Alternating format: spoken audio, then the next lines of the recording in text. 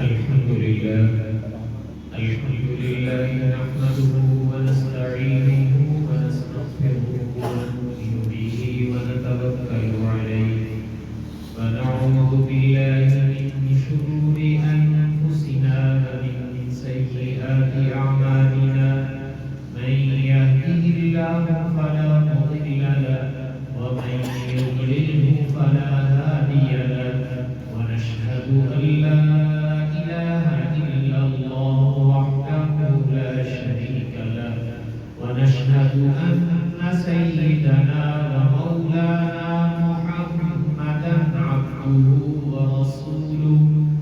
أما بعد فأعوذ بالله من الشيطان الرجيم بسم الله الرحمن الرحيم ليس على الأعمى حرج ولا على المريض حرج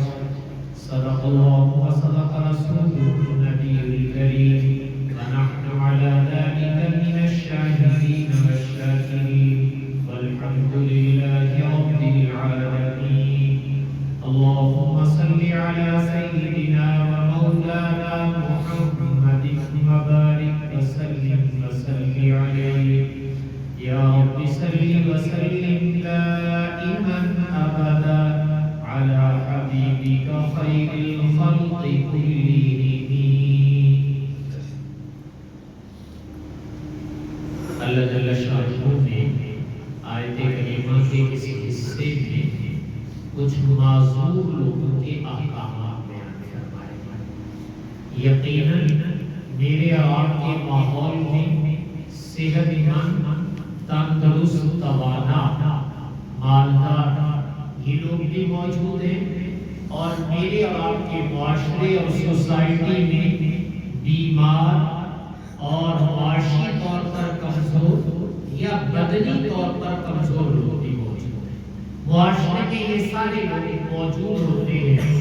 تو یقیناً جہاں تندرست اور صحت مند کے احکامات ہیں تو میں نے کہا میرے اور آپ کے دین کے اندر معذور اور مجبور یا جسے میں اور آپ بیمار کہتے ہیں مریض کہتے ہیں اس کے احکامات کی شریعت میں بیان کیے ہیں بلکہ اس آیت کا اسلوب اور طریقہ یہ بتلاتا ہے کہ اللہ تعالیٰ نے جو معذور لوگ ہیں ان کے ساتھ اپنے احکامات میں تخفیف کر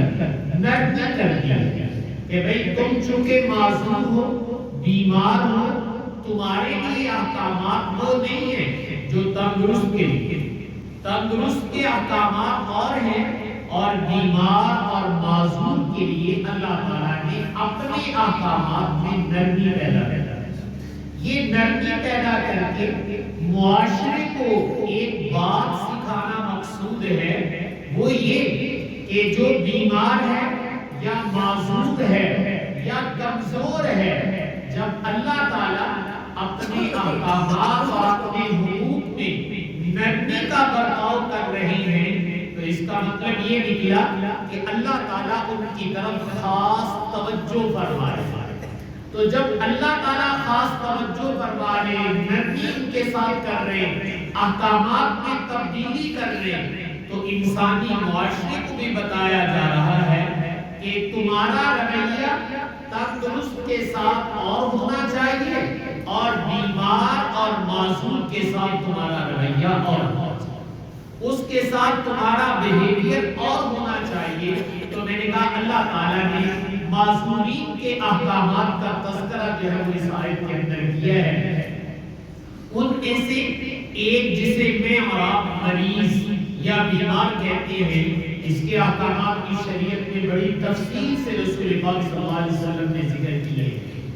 بیماری مومن کے اوپر بھارل جب آتی ہے تو آپ صلی اللہ علیہ وسلم نے فرمایا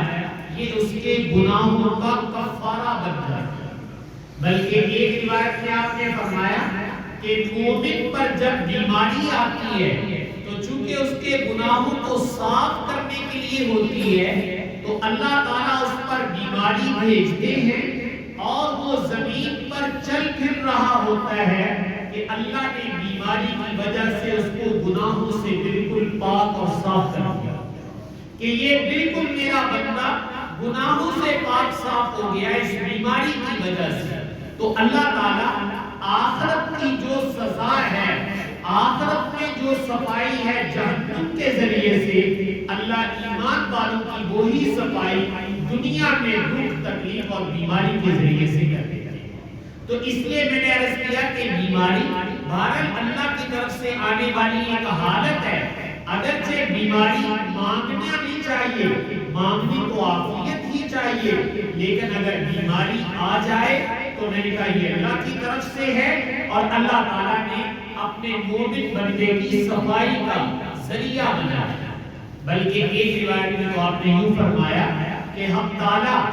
اپنے بندے کے لیے اپنے قرب کا ایک مقام طے کر دیتے ہیں کہ میں نے اس کو فلاں مقام تک، فلاں درجے تک پہنچانا ہے، جو اللہ کے علم میں ہے اس کو درجہ کون سا دینا ہے، اور وہ جو اس کا بلندی درجات ہے، اللہ کے قرب کا مقام ہے، وہ اس کے نیک اعمال سے نہیں مل سکتا۔ نیک اعمال میں سستی ہو رہی ہے، جتنے زیادہ کرنے چاہیے اتنے نہیں کر پا رہا۔ اب اللہ تعالیٰ اس کو اس منزل، اس عہدے اور مرتبے پہ پہنچانا چاہتے ہیں، اتنے نیک اعمال اس کے پلے نہیں ہیں، تو ہم تعالیٰ ایک اور نظام چلا دیتے ہیں، وہ یہ کہ اپنے بندے پہ کوئی دکھ اور تکلیف دے دے، کوئی پریشانی اور الجھن آ جاتی ہے، کوئی بیماری آ جاتی ہے۔ یہ جو دکھ تکلیف پریشانی الجھن بیماری آئی ہے، یہ کوئی اللہ تعالیٰ سزا نہیں دے رہے، بلکہ اللہ تعالیٰ اس پر صبر کرنے کی وجہ سے، اس کو برداشت کرنے کی وجہ سے اس مقام اور مرتبے تک پہنچا دیتے ہیں جہاں یہ اپنے نیک اعمال اور عبادات سے نہیں پہنچ سکتا۔ عبادات اتنی نہیں تھی کہ اس کو وہ درجہ اور مقام دیا جاتا، تکلیف پر صبر کرنے کی وجہ سے اللہ تعالیٰ اس کی اس منزل کو طے کروا دیتے ہیں جو اس کو نیک اعمال کے ذریعے سے کرنی تھی۔ تو کبھی کبھی اللہ تعالیٰ کا یہ دستور بھی چلتا ہے۔ یہ تو میں نے عرض کیا کہ مریض کے متعلق اللہ تعالیٰ نے، اللہ کے نبی نے بہت سارے احکامات ذکر کیے، لیکن بنیادی حکم اس کے اندر میرے اور آپ کے لیے ہے، جسے میں اور آپ ایمانداری کہتے ہیں، بیمار پرسی کرنا کہتے ہیں۔ تو یقیناً اس کو رسول پاک صلی اللہ علیہ وسلم نے مسلمان کے حقوق میں سے شمار کیا۔ آپ نے مسلمان پر جو 6 حق بیان کیے، ان میں ایک یہ فرمایا وعیادۃ المریض، کہ مریض کی بیمار پرسی کرنا، خیر خبر لینا، یہ مسلمان کا دوسرے مسلمان پر حق ہے۔ قربان جائیں، شریعت کے احکامات ایسے ہیں کہ جن پر عمل کرنے سے دنیا بھی بنتی ہے اور آخرت بھی بنتی ہے۔ دنیا تو اس لیے کہ جب آپ کسی کی بیمار پرسی کریں گے، خیر خبر لینے جائیں گے، تو دلوں میں محبت پیدا ہوگی، الفت پیدا ہوگی، رواداری آئے گی۔ آپ بیمار پرسی کے لیے جائیں گے، اس کو حوصلہ ملے گا۔ آپ بیمار پرسی کے لیے جائیں گے، اگر اس کی کوئی ضرورت ہے اور آپ کو اللہ نے طاقت دے رکھی ہے تو آپ اس کی ضرورت کو بھی پورا کر دیں گے، آپ اس کی ہیلپ کر دو گے، مدد کر دو گے۔ تو میں نے کہا یہ دنیا کا سسٹم بھی اللہ تعالیٰ نے چلا دیا اور اس سسٹم سے آخرت بھی بنا دی۔ رسول پاک صلی اللہ علیہ وسلم نے ایک روایت میں فرمایا کہ جب کوئی کسی کی تیمارداری، بیمار پرسی کرنے کے لیے چلتا ہے تو فرشتے کے اعلان کرتے ہیں، وہ یہ طبتا و طاب ممشا و تبوات من الجنت منزلا، کہ تم بڑے پاکیزہ ہو اور تمہارا چلنا بھی بڑا پاکیزہ ہے، اور یہ جو تم نے کسی کی تیمارداری کی ہے، بیمار پرسی کی ہے، اس عمل کی برکت سے تم نے جنت میں اپنا گھر بنایا۔ تو آپ صلی اللہ علیہ وسلم نے اس سے آخرت بھی بنا دی، اور میں نے کہا دنیا میں جو ضرورت تھی کہ اس کی دل جوئی ہونی چاہیے، معاشرہ آپس میں جڑنا چاہیے، اظہار ہمدردی ہونی چاہیے، تعاون ہونا چاہیے، تو بیمار پرسی کے اندر یہ چیزیں بھی اللہ تعالیٰ پیدا فرما دیتے ہیں کہ ہمدردی بھی ہو رہی ہے، اظہار محبت بھی ہے، تعاون بھی ہے، اور معاشرے کا دل آپس میں جڑ بھی رہا ہے کہ یہ ایک دوسرے کی تیمارداری کرنے کے لیے جانے جائے۔ تو آپ صلی اللہ علیہ وسلم نے اس عمل کے ذریعے سے میں نے کہا میری اور آپ کی دنیا بھی بنائی اور میری اور آپ کی آخرت بھی بنائی۔ رسول پاک صلی اللہ علیہ وسلم خود جب کوئی صحابی بیمار ہو جاتے تھے تو آپ تشریف لے جائے جائے۔ حضرت سعد بن معاذ رضی اللہ تعالی عنہ بیمار تھے تو آپ نے صحابہ سے پوچھا کہ سعد کی تیمارداری کرنے کے لیے میں نے جانا ہے، میرے ساتھ کون کون تیار ہے؟ صحابہ کہتے ہیں کہ فقر و فاقہ سے ہماری حالت یہ تھی کہ ہمارے پاؤں میں جوتا نہیں تھا، سر ڈھانپنے کے لیے کپڑا نہیں تھا، پورا بدن چھپانے کے لیے بھی کپڑا نہیں تھا، تو ہم اسی حالت میں رسول پاک صلی اللہ علیہ وسلم کے ساتھ حضرت سعد کی تیمارداری کرنے کے لیے گئے۔ اور حدیث میں یہ بھی آتا ہے کہ آپ صلی اللہ علیہ وسلم نے ادب بھی ارشاد فرمایا کہ جب تیمارداری کرنے جاؤ تو بیمار کے سر پہ ہاتھ رکھو یا بیمار کے ہاتھ پہ ہاتھ رکھو تاکہ اس کو انس پیدا ہو۔ یہ نہیں کہ وہ کوئی بیمار ہو کر اچھوت ہو گیا ہے، نہیں، فرمایا اس کے سر پہ ہاتھ رکھو یا اس کے ہاتھ پہ ہاتھ رکھو، پھر اس کی خیر خواہی اور محبت کا اظہار کرو، خیریت دریافت کرو۔ آپ حضرت معاذ کو جب پوچھنے، حضرت سعد کو جب پوچھنے گئے تھے تو غزوہ خندق میں حضرت معاذ بڑے زخمی ہوئے تھے، تو آپ صلی اللہ علیہ وسلم گئے اور آپ ان کے اتنے قریب ہوئے کہ آپ نے حضرت سعد کو اپنے گلے لگایا، اور چونکہ وہ زخمی تھے تو جو ان کے زخموں کا خون تھا وہ سرور کونین صلی اللہ علیہ وسلم کے جسم اقدس کو لگ گیا، لیکن صحابہ ذرا آپ کو بچا رہے تھے۔ آپ نے فرمایا نہیں، آپ نے ان کو یوں گلے لگا کر ان کی تیمارداری کی۔ تو بھائی تیمارداری میں نے کہا یہ بیمار کی حوصلہ افزائی ہوتی ہے، اس کو توانا بنانے کے لیے ہوتی ہے۔ تو رسول پاک صلی اللہ علیہ وسلم خود تیمارداری کے لیے تشریف لے جایا کرتے تھے، سر پہ ہاتھ رکھتے تھے، ہاتھ پہ ہاتھ رکھتے تھے، اور دم بھی فرمایا تھا۔ آپ صلی اللہ علیہ وسلم جب بیمار کے پاس جاتے تو دم بھی فرماتے، اللہم اذہب الباس رب الناس واشف انت الشافی لا شافی الا انت۔ یہ دعا بھی پڑھتے، اے اللہ اذہب الباس، اس سے تکلیف کو دور کر دے، لوگوں کا رب تو ہی ہے، تو ہی شفا دینے والا ہے، تیرے علاوہ کائنات میں کوئی شفا دینے والا نہیں ہے۔ تو آپ یہ جملے بھی ارشاد فرماتے، اور میں نے کہا دم بھی فرمایا کرتے تھے۔ یہ آپ صلی اللہ علیہ وسلم کی عادت مبارک ہے۔ آپ کی خدمت میں ایک یہودی نوجوان آیا کرتا تھا، نوخیز، چند دن نہیں آیا تو آپ نے پوچھا وہ یہودیوں کا نوخیز بچہ نہیں آ رہا، تو صحابہ اکرام نے عرض کیا رسول اللہ وہ تو بیمار ہے، تو آپ نے فرمایا مجھے اس کے گھر لے کے چلو۔ تو آپ اس یہودی کے گھر تشریف لے گئے، اور جو اس کا بچہ تھا بیٹا، اس نوجوان کی آپ نے تیمارداری فرمائی، اور جب آپ کو اندازہ ہوا کہ اس کے لمحات آخری ہیں تو آپ نے اس کو ایمان کی دعوت بھی دی کہ تم کلمہ پڑھ لو، میرے اوپر ایمان لے آؤ۔ چونکہ محبت کرتا تھا، آتا جاتا تھا، مسلمان نہیں ہوا تھا، تو آپ صلی اللہ علیہ وسلم نے تیمارداری بھی فرمائی، ایمان کی دعوت بھی دی۔ حدیث میں آتا ہے کہ اس نوجوان نے اپنے والد کی طرف دیکھا آنکھوں سے، یعنی پوچھنا چاہا کہ مجھے کیا کرنا چاہیے، تو والد نے کہا ابو القاسم، یہ رسول پاک صلی اللہ علیہ وسلم کی کنیت ہے، کہا جو ابو القاسم تمہیں کہہ رہے ہیں نا کوئی بات نہیں، ان کی بات مان لو، یعنی ایمان کا اظہار کر دو۔ تو رسول پاک صلی اللہ علیہ وسلم نے ان کو ایمان کی دعوت دی، اور انہوں نے کلمہ پڑھ کے ایمان کا اظہار کر دیا، اور آپ صلی اللہ علیہ وسلم اتنے خوش ہوئے، آپ نے فرمایا الحمدللہ الذی، تمام تعریفیں اس اللہ کے لیے ہیں جس نے میرے ذریعے سے میرے امتی کو جہنم سے بچایا۔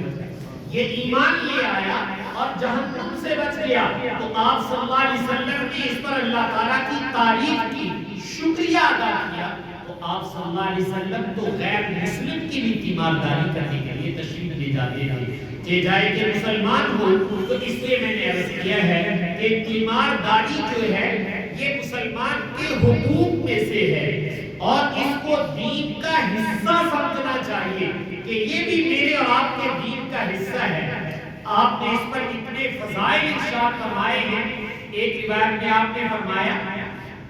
کہ جب تم کسی مسلمان کی تیمارداری کرنے کے لیے چلتے ہو تو یاد رکھو تم جنت کے باغ میں چلو اور جب تم بیٹھ جاتے ہو تو تم جنت کے ایسے باغ میں بیٹھے جس میں پھل لگے ہوئے. اور بعض روایات میں کہ جب تک تیمارداری کر رہے ہو تم جنت کے میوے اور پھل چن رہے ہو. اور ایک روایت میں آپ نے فرمایا کہ جب تم بیمار کے پاس بیٹھے ہوتے ہو تو اللہ کی رحمت مسلسل تمہارے سر کے اوپر اتر رہی ہے. تو صاحبو جنت کے باغ میں بیٹھنا, جنت کے میووں کو چننا, اللہ کی رحمت کا نزول جیسے ایک عبادات میں ہوتا ہے. تو میرے نبی یہ بتا رہے ہیں معاشرتی طور پر جب تم کسی کی تیمارداری کرنے جاؤ تو تمہیں یقین ہونا چاہیے کہ ہم اس وقت جنت میں چل رہے ہیں, جنت میں بیٹھے ہیں, جنت کے پھل چن رہے ہیں اور اللہ کی رحمت ہمارے اوپر برس رہی ہے جیسے بارش برستی ہے. تو یہ آپ صلی اللہ علیہ وسلم نے تیمارداری پر فرمایا ہے کہ جب تم تیمارداری کے لیے جاؤ تو اس طریقے سے اللہ تعالیٰ تمہارے ساتھ پیش آئے. اور ایک روایت میں آپ نے یوں فرمایا کہ جب کوئی کسی کی تیمارداری کرنے کے لیے جاتا ہے تو فرمایا صبح جائے تو شام تک 70,000 فرشتے اس کے لیے دعائیں مغفرت کرتے رہتے ہیں. شام جائے تو صبح تک 70,000 فرشتے اس کے لیے دعائیں مغفرت کرتے ہیں, اس لیے کہ یہ ایک اللہ کی مخلوق کی تیمارداری کرنے کے لیے ہے. اللہ تعالیٰ کے قربان جائیں, اللہ تعالیٰ نے اپنے بندوں کے حقوق کی ادائیگی کو بہت پسند کیا ہے اور شاید میں یہ کہوں کہ اس سے اللہ تعالیٰ کا قرب بھی بہت زیادہ حاصل ہوتا ہے. ایک حدیث میں آتا ہے آپ صلی اللہ علیہ وسلم نے ارشاد فرمایا قیامت کے دن اللہ تعالیٰ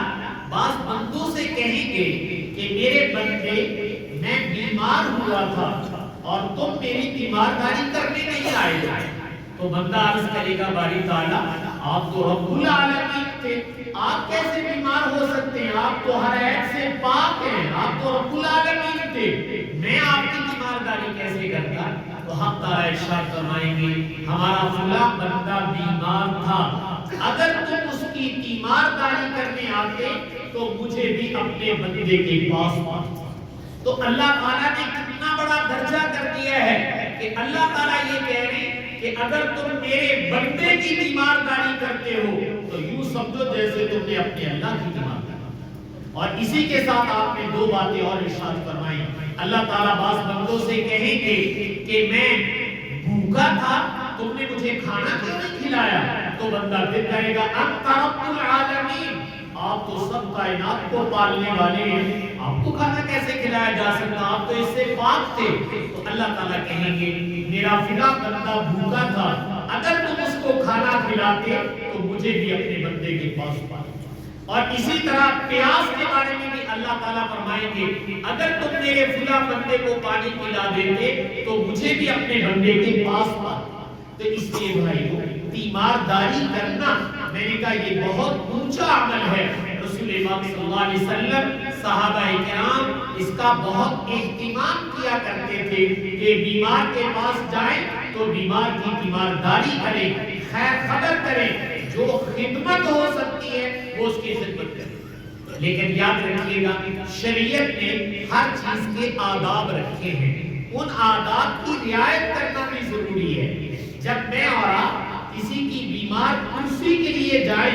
تو یقیناً بیمار آدمی وہ جب کوئی پوچھنے آتا ہے تو اس بے تکلفی سے لیٹ نہیں سکتا, بعض وہ اٹھ کر بیٹھ جاتا ہے کہ آپ آئے ہیں تو وہ اٹھ کر بیٹھ گیا. اب زیادہ دیر بیٹھنا اس کے لیے تھکاوٹ کا باعث بن سکتا ہے, اس لیے آپ صلی اللہ علیہ وسلم نے فرمایا کہ بیمار کے پاس زیادہ دیر نہ بیٹھو جس سے بیمار اکتاہٹ محسوس کرنے لگے. یعنی وہ بیچارہ لیٹنا چاہتا ہے، آرام کرنا چاہتا ہے، اور میں اس کے سر پہ مسلط ہو کے بیٹھا ہوا ہوں، ایسے نہیں ہونا چاہیے۔ بس بیمار کی بیمار کرسی اتنی کرو کہ وہ خوش ہو جائے اور اس کے بعد اٹھو اور چلتے بنو۔ تو ایسے وقت میں بھی بیمارداری کے لیے نہ جاؤ جس میں جانے سے بیمار یا بیمار کے رکھوالی کرنے والے ان کے لیے تکلیف کا باعث بنے۔ جانے سے پہلے وقت کا انتخاب بھی کرنا چاہیے۔ یہ نہیں ہے کہ منہ اٹھایا اور چل دیے ساتھ پہنچ گئے کہ بیمار کرسی کرنے جا رہے ہیں، اس کی جا کے نیند خراب ہو رہی ہے، گھر والے ڈسٹرب ہو رہے ہیں۔ یہ طریقہ اسلام میں نہیں ہے، یاد رکھیے۔ اسلام یہ کہتا ہے کہ تم تو خیر خواہی کے لیے گئے ہو تو کم از کم جانے سے پہلے یہ تو دیکھو کہ اس وقت میں خیر خواہی بنے گی کہ نہیں بنے گی۔ تو اس لیے میں نے عرض کیا ہے کہ تیمارداری زیادہ لمبے وقت کے لیے نہیں ہونی چاہیے۔ ہاں، اگر اس مریض کو خدمت کی ضرورت ہے یا وہ مریض آپ لوگوں کے ساتھ مانوس ہے، وہ مریض خود چاہتا ہے کہ آپ میرے پاس ٹہل جائیں، اگر اس کا مطالبہ ہو یا اس کی ضرورت ہو کہ خدمت کا موقع مل گیا ہے، آپ ٹھہریں گے تو خدمت کر لیں گے، تو اگر اس کا تقاضا ہے یا اس کو خدمت کی ضرورت ہے، وہ آپ کے سے انس حاصل کر رہا ہے، پھر زیادہ دیر ٹھہرنے میں بھی کوئی حرج نہیں۔ لیکن اگر ایسی صورتحال نہ ہو تو آپ صلی اللہ علیہ وسلم نے زیادہ دیر بیٹھنے سے منع فرمایا، اور آپ نے یہ بھی فرمایا کہ جب بیمار کے پاس جاؤ تو اس کو صحت کی امید دلاؤ، زندگی کی امید دلاؤ۔ آپ فرمایا کرتے تھے لا باس طہور انشاءاللہ تعالی، ارے گھبراؤ نہیں، بس یہ تمہارے گناہوں کو معاف کرے گا اور یہ پاکیزگی کا ذریعہ بنے گا۔ پھر آپ نے فرمایا اگر تم صحت کی امید دلاتے ہو، زندگی کی امید دلاتے ہو، اچھی باتیں کہتے ہو، تو تمہاری اچھی باتیں کہنے سے اللہ کی تقدیر اور فیصلہ تو نہیں ٹل سکتا، فیصلہ تو جو اللہ نے کرنا ہے وہ کر دے گا، لیکن نفسیاتی طور پر تمہارا مریض مطمئن ہو جائے گا۔ اور تم گئے ہو اپنے مریض کو خوشی دلانے کے لیے، تو کوئی ایسی بات بھائی زبان سے مت نکالو جس سے مریض کو مایوسی پیدا ہو۔ بیماری ہے تو کوئی بات نہیں، آپ ایسی سٹوری نہ سنانی شروع کر دیں، بھائی فلان کو آپ بیماری لگی سی وہ دلی سی بچ گیا، وہ دے اللہ کے اوپر پہنچ گیا، فلانا بھی ایسے ہو گیا، بھائی یہ کہاں سے تم نے سیکھ لیا؟ تو اس لیے اگر بیمار کرسی کرنے گئے ہو تو اپنے نبی پاک صلی اللہ علیہ وسلم سے پوچھو کہ بیمار کرسی کرنی کیسے چاہیے، تو آپ نے فرمایا کہ اس کو حوصلہ دلاؤ، امید دلاؤ، تاکہ وہ حوصلہ مند ہو، اور آپ صلی اللہ علیہ وسلم نے یہ کام کیا کریا۔ بعض روایات میں آتے ہیں کہ رسول پاک صلی اللہ علیہ وسلم نے ارشاد فرمایا کہ جب کسی بیمار کے پاس جاؤ تو 7 دفعہ یہ دعا پڑھو، اسأل اللہ العظیم رب العرش العظیم ان یشفیہ، میں عظمت والے اللہ سے سوال کرتا ہوں جو عرش عظیم کا مالک ہے، وہ میرے بھائی کو شفا دے، میرے بھائی کو آرام دے دے۔ فرمایا تم 7 دفعہ پڑھ لو، اگر تم نے 7 دفعہ پڑھ لیا، اگر تو موت مقدر ہے پھر تو آگے رہے گی، اور اگر موت مقدر نہیں ہے تو تمہارے اس پڑھنے سے اللہ تعالیٰ تمہارے مریض کو ضرور شفا عطا فرمائے۔ اس لیے رسول پاک صلی اللہ علیہ وسلم جب کسی مریض کے پاس جاتے تو یہ پڑھا کرتے تھے اسأل اللہ العظیم رب العرش العظیم ان یشفیک، میں عظمتوں والے اللہ سے سوال کرتا ہوں جو عرش عظیم کا مالک ہے کہ میرا اللہ تمہیں شفا دے دے۔ تو یہ آپ صلی اللہ علیہ وسلم نے اپنی امت کو دعا سکھائی۔ اور بعض روایات میں آتا ہے اگر کسی مریض کے پاس گئے اور اس کو درد تھا تو آپ نے فرمایا درد والی جگہ پر ہاتھ رکھو اور 3 دفعہ کہو بسم اللہ بسم اللہ بسم اللہ، اور پھر اس کے بعد کہا یہ کہو اعوذ بعزت اللہ وقدرتہ من شر ما اجد واحاذر، میں اللہ کا نام لیتا ہوں، میں اللہ کا نام لیتا ہوں، میں اللہ کا نام لیتا ہوں، 3 دفعہ کہو، اور پھر کہو اعوذ بعزت اللہ وقدرتہ، میں اللہ کی عزت جو قادر ہے ہر چیز پر اس کے ذریعے سے میں اللہ کی پناہ میں آتا ہوں جو درد میں محسوس کر رہا ہوں یا جس بیماری کا مجھے ڈر ہے، اللہ تعالیٰ موجودہ درد کو بھی دور کر دے اور جس کا مجھے ڈر ہے اس سے بھی مجھے اپنی پناہ میں۔ تو رسول پاک صلی اللہ علیہ وسلم مریض کو حوصلہ دینے کے لیے میں نے کہا مصنون دعائیں بھی بتا رہے ہیں، اچھے کلمات بھی کہہ رہے ہیں۔ اور ایک روایت میں آپ نے فرمایا کہ جب مریض کے پاس جاؤ تو اس سے بھی دعا کا کہو کہ وہ تمہارے لیے دعا کر دے۔ اور پھر آپ نے فرمایا جانتے ہو اللہ تعالیٰ مریض کی دعا کو وہ درجہ عطا فرماتے ہیں، مریض کی دعا اس طرح قبول فرماتے ہیں جیسے فرشتوں کی دعاؤں کو اللہ تعالیٰ قبول فرماتے ہیں، اللہ تعالیٰ بیمار کی دعا کو اس طرح قبول کرتے ہیں۔ تو ہم جانے والے بھی اس کے لیے دعا کریں اور اس سے بھی درخواست کر دیں کہ وہ بھی ہمارے لیے دعا کریں۔ تو اس لیے بھائیوں بیمار داری، بیمار کرسی، اس کو میں اور آپ اپنے دین کا حصہ سمجھیں، اس کو اپنے اوپر حق سمجھیں اور اس کو عبادت سمجھ کر ادا کریں کہ یہ تو عبادت جنت میں ٹھکانہ ملنے کا ذریعہ ہے اور اللہ تعالیٰ اس سے بہت خوش ہوتے ہیں۔ اور اللہ کے نبی نے کہا کہ جب تم بیمار کرسی کرتے ہو تو اللہ کہتے ہیں مجھے بھی تم وہیں پاؤ گے۔ کسی مسلمان کی بیمار کرسی کرنا اللہ تعالیٰ اس کو قرار دے رہے، گویا یوں سمجھو تم نے اللہ کی بیمار کرسی کی، حالانکہ اللہ تو بیماری سے پاک ہے، لیکن قرب بتانے کے لیے کہا جا رہا ہے کہ یہ بندے کی بیمار کرسی نہیں ہے، یہ تم دین کا حکم سمجھ کے کر رہے ہو، یہ تو اللہ اپنی بیمار کرسی قرار دے رہے ہیں۔ تو اس لیے عرض یہ کر رہا ہوں کہ اپنے ماحول میں بھائی اس کو رواج دینا چاہیے،